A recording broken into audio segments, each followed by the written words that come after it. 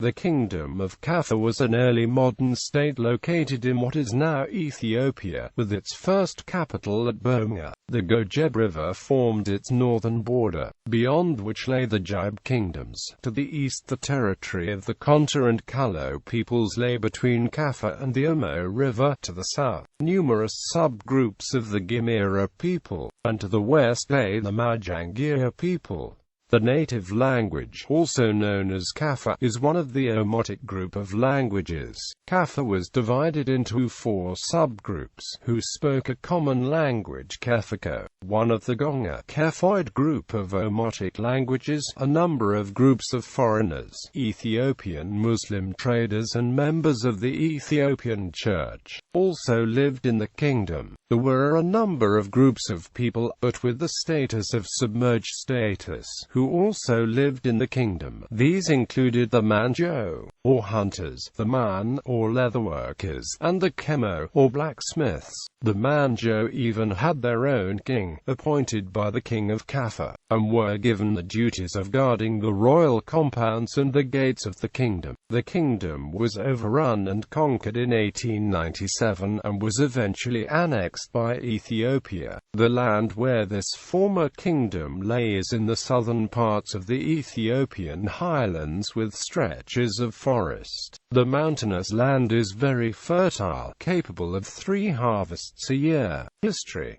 The Kingdom of Kaffa was founded c. 1390 by Minjo, who according to oral tradition ousted the Mato dynasty of 32 kings. However, his informants told Amnon Orind, no one remembers the name of a single one. The first capital Bomga was either founded or captured by Bon Nofa. It was later replaced by Andiaka, but Bomga retained its importance. During the 16th century, all of the territories north of the Gojeb River were lost to the Oromo migrations. Also, in the later 16th century, the Emperor of Ethiopia Sasadengal convinced the kingdom to officially accept Christianity as its state religion. As a result, the Church of St. George was dedicated at Baha. The building preserved a tablet bearing the name of Emperor Sasadengal. Over the following centuries, the influence of the Ethiopian government grew weak, and Christianity more or less disappeared. Although the Church of St. George was used as a male house of ritual of George until late in the 19th century when Christian practices were reintroduced. Beginning with Gali Ganocha, the kings of Kaffa began to expand the borders of the kingdom, annexing the neighboring small Gimera states of Shi, Benisho and Majango. The neighboring state of the Welata came under the control in the reign of Tato Shagi Sheriacho, who extended the boundaries of his kingdom as far as the Omo to the southeast and almost to the confluence of the Omo and the Denchi to the south. It was during the reign of King Hertigauco that the territory of the Kaffa kings reached its maximum. According to Orind, the traditions of the Kaffa people relate that he ruled far and wide, conquering wherever he went, even as far afield as Waleta and Kambata. To this day, concludes Orind, some people still talk about the time that their ancestors defeated all their enemies and sat at the foot of a famous tree in Waliso and decided not to go farther into Shoa province. The last Kaffa king, Daki Sheriacho, resisted for months the combined armies of Walji Yorgis Ras Damis and King Abijafar II of Jimma, until he was captured the 11th of September 1897 and was first sent to Ankoba, then to Addis Ababa. Kaffa was then held as a fief by Walji Yogis until 1914.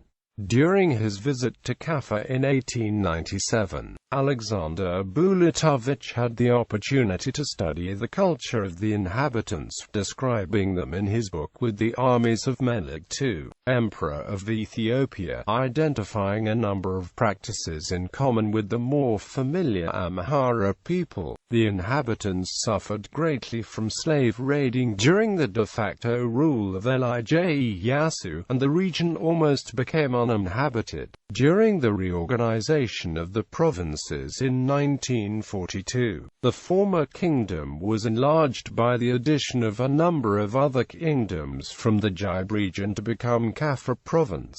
Economy. In Kaffa, Maria Theresa thalers and salt blocks called the amorle were used as currency as late as 1905, which circulated at a rate of 4 or 5 amorles to 1 MT. The economy was based on exports of gold, civet oil, and slaves. Crops raised included coffee and cotton. However, according to Richard Pankhurst, the amount of coffee exported was never large. He cites an estimate for its production in the 1880s at 50,000 to 60,000 kilograms a year. Livestock was raised, and honeybees kept in barrels which were hung in trees.